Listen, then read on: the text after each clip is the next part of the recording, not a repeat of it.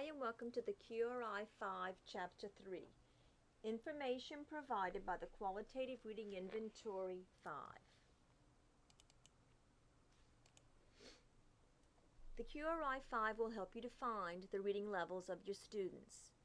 You identify the reading levels. You can identify their independent, where they can read independently. If they're in your classroom, they can go to the library, your personal library, the classroom library, and read without any assistance.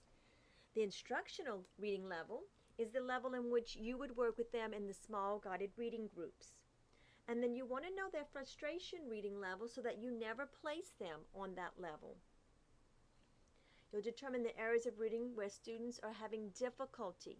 So that can help to determine what type of instruction I will provide based on their strengths. That's where I'm going to start, and their weaknesses, and that's where I provide the instruction. Hopefully it can also be used to document student growth based on the instructional intervention or program that I'm using that will help them in their areas of weakness. Their reading levels. We're going to find the independent and instructional and frustration level of a narrative text for each of the students.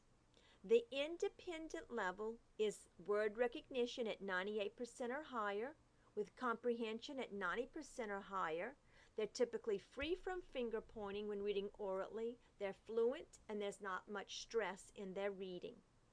The instructional level is where I'm going to provide instruction in my small groups, with a word recognition 90% accuracy, comprehensions at 70%. There should be some rhythm and expression in their oral reading. And frustration is a level in which I will never give them because I don't want to give them material that is going to cause them frustration, where word recognition is less than 90% and comprehension is less than 70%. When I'm looking at it, trying to identify what is their overall reading level, if I look at a score sheet, like on page 141, which is the level pre-primer 3, I'm going to have them first do the concept questions. If necessary, do the prediction task if they didn't score 55% or higher. They will then read the story. It's a narrative, lost and found. They'll read it orally. I will mark miscues. Words they omit, I will circle. Words they insert, I will put a caret and write. Words that they mispronounce or substitute, I write the word that they say. If I have to tell them a word, teacher told, I put a T on top of it. When they repeat, I underline it, though that is not an error. If they self-correct, after they did a mispronunciation or they omitted or a substitution, I write SC and I do not count it as an error. I have my total number of miscues in the top box. And then if they have 2 to 6 miscues, that was an instructional level. If they have 0 to 1, it was independent. 7 or more is frustration. I then remove the passage from them and ask them to retell the stories if they're telling it to someone who's never heard it before. On a sheet of paper, I write exactly what they say and record it. At my leisure, I will go back and score the retelling, and I will number it in the order in which they said it. And then I will look further at the data to determine, was it in sequential order? Was it from the back of the story to the front, or were they all over the place? Then I will ask my 5 questions, writing their responses, and then scoring them. If they received 4 correct and they had 2 to 4 miscues, in the word accuracy, that's the instructional level for both, so they scored instructional on the overall passage.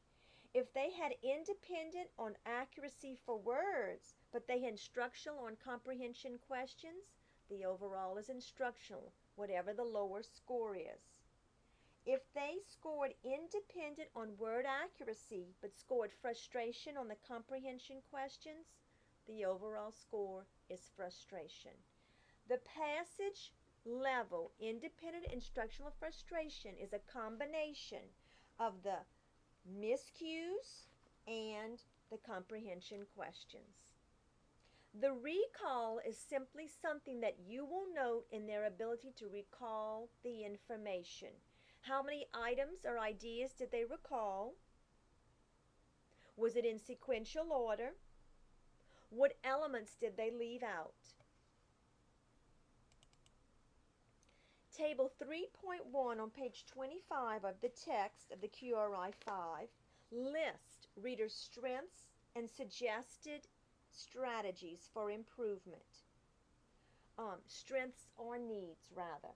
The strengths or needs are listed all the way on the left. The suggested intervention strategies, it gives you the chapter where you can find some information, and then specific strategies that they would recommend are all the way on the right. This section, this table, should help you when you do your recommendations and your summary on the QRI-5. Thanks and good luck.